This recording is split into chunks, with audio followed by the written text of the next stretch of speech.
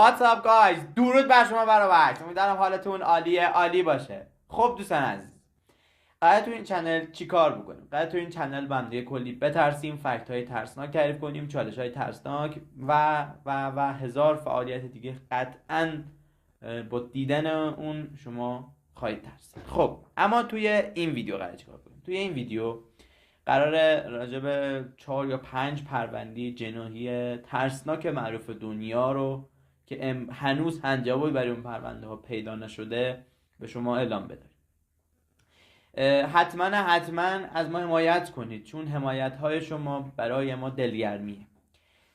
خب ویدیو رو لایک کنین، کامنت انگلیسی بذارین، سابسکرایب کنید، زنگوله کنارش هم حتما بکوبید. بزنید ادامه ویدیو. Let's go.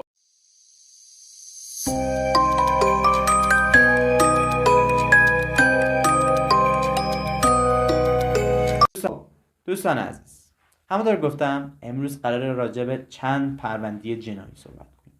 اما بریم سراغ این صحبت کنیم که چه علتایی داره یه سری پرونده‌های جنایی انقدر معروف میشن و انقدر راجبشون توی دنیا صحبت میشه.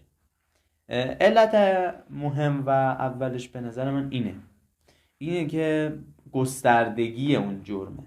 اگر یک جرمی گسترده باشه و توی اون افراد زیادی یا کشته بشن یا ناپدید بشن یا هر بلای سرشون بیاد، اون یکی از مسائلی که باعث میشه اون جرم توی دنیا باقی بمونه و زیاد راجبش صحبت بشه.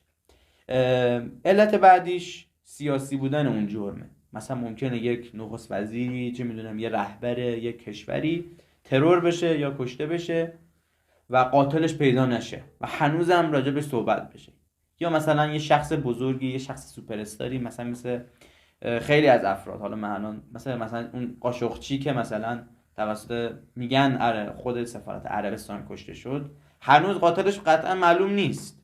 باز یه سری فکت های در موردش وجود داره و علت های متعدد که حالا وجود داره.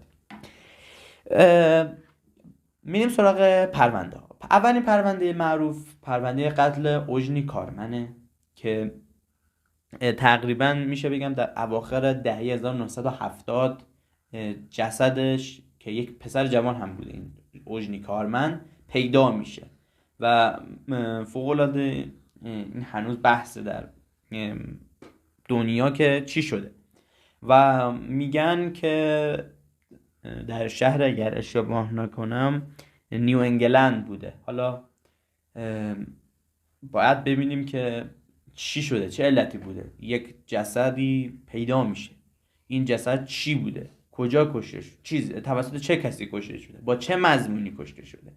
من اطلاعات زیادی در مورد این پرونده پیدا نکردم، فقط در همین حد که در چه زمانی بوده و مرد بوده، زن بوده. در مورد این پرونده بعدی در مورد جکه، شخص به نام جک که تهویه هوایی رو در لندن به قولی نمیدونم حالا چه اسم بی خودی هم داده، میگه جوک در تهویه هوا. حالا من نفهمیدم، هرچی هم جستجو کردم نمیشه تهویه هوا جک. شاید تهویه هوایی رو شکسته وارد، نمیدونم چه علتی داشته، ولی در سال 1880 انجام میشه و همه شخصی به نام جک زنانی رو به قتل میرسونه و هنوز هم پیدا نشده که علت این قتل چی بوده و این جک چرا اون زنان رو به قتل میرسونه. پرونده بعدی به نام ایلیتس هست در دهه 1940.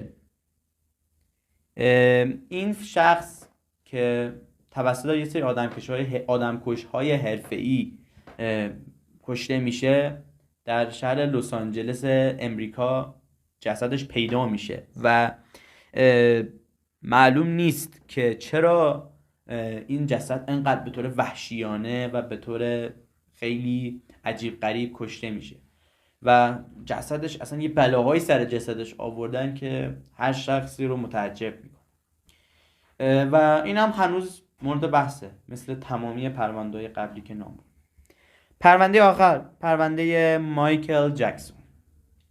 خیلی ها در مورد مایکل جکسون اطلاعات زیادی رو میگن، مثلا میگن هنوز زنده است ولی ایشون پاپ استار بوده که در سال 2009 هم میگن کشته میشه ولی هنوز مورد بحث هستش.